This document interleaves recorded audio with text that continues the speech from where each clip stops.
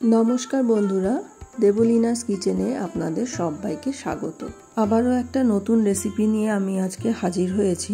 আজকের রেসিপি হলো ভাপা সন্দেশ। জন্মাষ্টমী উপলক্ষে এই ভাপা সন্দেশটি বাড়িতে বানিয়ে ভোগ নিবেদন করতে পারেন। দোকান থেকে সন্দেশ না কিনে বাড়িতেই আজকে কিভাবে ভাপা সন্দেশ বানিয়ে ভোগ নিবেদন করবেন সেটাই আমি আজকে আপনাদের দেখাবো। তাহলে চলুন রেসিপিটি শুরু করা যাক। প্রথমে কড়াইতে আমি 1 লিটার দুধ নিয়ে নিয়েছি। এবার দুধটাকে খুব ভালো করে গরম করে ফুটিয়ে নিতে হবে। গ্যাসের ফ্লেমটাকে হাইতে রেখে দুধটা খুব ভালো করে ফুটিয়ে নেওয়ার জন্য একটু অপেক্ষা করতে হবে।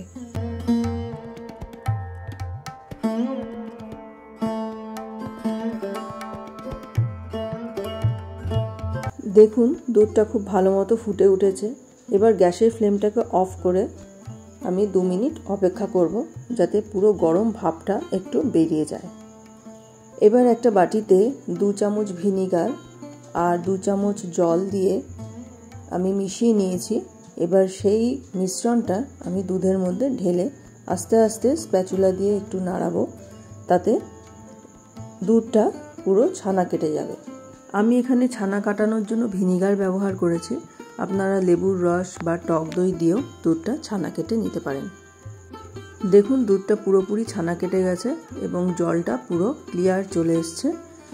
এবার আমি ছানাটা ছাঁকনিতে ছেঁকে জলটা ঝরিয়ে নেব।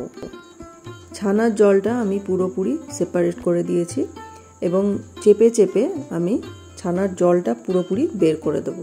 ছানার জল ছাকার জন্য আপনারা পরিষ্কার সাদা সুতির কাপড় ব্যবহার করতে পারেন। আমি এখানে ছাঁকনি ইউজ করেছি। জলটা ছেঁকে নেওয়ার পরে ছানাটা পুরোপুরি ঠান্ডা হওয়ার জন্য অপেক্ষা করতে হবে। এখন আমি একটা মিক্সার জার নিয়ে নিয়েছি। তার মধ্যে 4 টেবিল চামচ চিনি, অল্প একটু এলাচ গুঁড়ো আর 1 চিমটে লবণ দিয়ে আমি খুব ভালো করে গুঁড়ো করে নিয়েছি। এবার ছানাটা ঠান্ডা হয়ে গেছে। ছানাটাকে আমি পুরোটাই মিক্সির জারে ঢেলে দিলাম। তার সাথে আমি 3 থেকে 4 টেবিল চামচ গুঁড়ো দুধ দিয়ে ভালো মতো পেস্ট একটা বানিয়ে নিলাম। এর মধ্যে আমি কোনো এক্সট্রা দুধ বা জল অ্যাড করিনি। এখন আমি একটা কেক টিন নিয়ে নিয়েছি।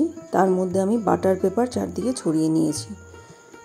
এবার ছানা, গুঁড়ো দুধ, চিনি, এলাচ গুঁড়ো, লবণ, এই যে মিশ্রণটা আমি মিক্সিতে বানিয়ে রেখেছিলাম সেটা পুরোটাই আমি আস্তে করে ঢেলে দিলাম এবং হালকা হালকা করে 4-5 বার আমি একটু ট্যাপ করে নিলাম। আর ওপর থেকে আমি একটু কেশর সাজিয়ে দিয়ে দিলাম। দোকানে ঠিক যেভাবে থাকে সেইভাবে আমি কেশর ছড়িয়ে দিলাম। এবার একটা কড়াইয়ে আমি জল গরম করতে বসিয়েছিলাম। তার মধ্যে একটা স্ট্যান্ড রেখে দিয়েছি। জলটা ফুটে গেছে। এবার আমি কেক টিনটা বসিয়ে দেব ভাপে হওয়ার জন্য। এবার আমি ঢাকা দিয়ে দিলাম। দিয়ে যে ছিদ্রটা আছে ঢাকনায় ওটা আমি একটা কাগজ দিয়ে পুরোপুরি বন্ধ করে দিলাম। এবার গ্যাসের ফ্লেমটাকে লো করে 15 থেকে 20 মিনিট আমি অপেক্ষা করব। 15 থেকে 20 মিনিট হয়ে গেছে। গ্যাসের ফ্লেমটাকে অফ করে দিয়েছিলাম এবং কিছুটা ঠান্ডা হওয়ার পরে আমি ঢাকনাটা খুলেছি। দেখুন পুরোপুরি সেট হয়ে গেছে। এবার আমি একটা ছুরি দিয়ে দেখে নেব যে পুরোপুরি সেট হয়েছে কিনা। ভাপা সন্দেশটা আমার রেডি হয়ে গেছে। এবার কড়াই থেকে বের করে 2 থেকে 3 ঘন্টার জন্য ফ্রিজে রেখে ঠান্ডা করে নিয়েছি। এবার 2-3 ঘন্টা পর ফ্রিজ থেকে বের করে নিয়ে এসেছি। এবার বাটার পেপারগুলো খুব সাবধানে আলাদা করে নিতে হবে।